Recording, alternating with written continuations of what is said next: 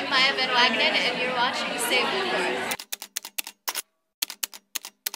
So a few weeks ago I was lucky enough to be invited to Penguin's beautiful offices overlooking the Thames, where they'd put on the swankiest soiree the 50s could muster. So looking as rockabilly as humanly possible, I browsed vintage jewellery, had my hair and makeup taken back in time, and feasted upon tiny hot dogs until my heels threatened to give out from beneath me. We were then invited to see Maya herself. Maya van Wagenen, author extraordinaire, creator of Book 4 in SableCaught's fantastic book review week, is a 15-year-old girl. And it gets worse, she was only 13 when she penned Popular, her debut novel. So brimming to the eyeballs with jealousy, I was ready to hate her with lustre supreme. Only I really couldn't.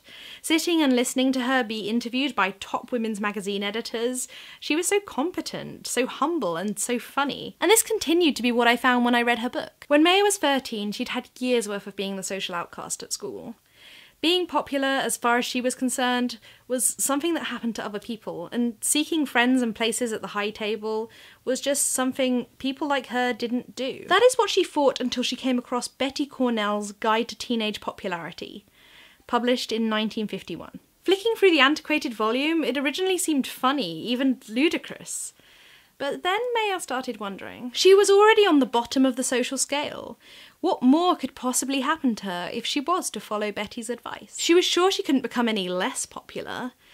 And maybe, just maybe, it might even work. So this book is a diary of Maya's experiences. For a whole year she followed Betty's advice to a T. Every month she focuses on a new chapter in Betty's book, whether that be in trying to improve her posture, going and sitting at tables with people she doesn't know, and she even wears a girdle when she takes the 1950s fashion advice. When she sets out, Maya wants to be popular and wonders if Betty can teach her how to achieve that. In the end, what this experience teaches her is what popularity actually is, and how it is people view it. It's clear to the reader that this is the most important and most life-changing thing Betty could possibly have imparted. Reading this book is strange, not just because from cover to cover I couldn't get Wicked out of my head, but also because so often you're reading middle-aged men or late 20-something women trying to ape the voice of a 13-year-old girl. Here instead we're thrown right into the middle of an actual honest-to-God young female. When you come across anything unusual and think, this isn't normally how this is done, you stop yourself jumping to the next automatic conclusion, they've got the characterization wrong. Because this doesn't have that layer of fictionality. This is Maya's diary. These are her actual thoughts from that year.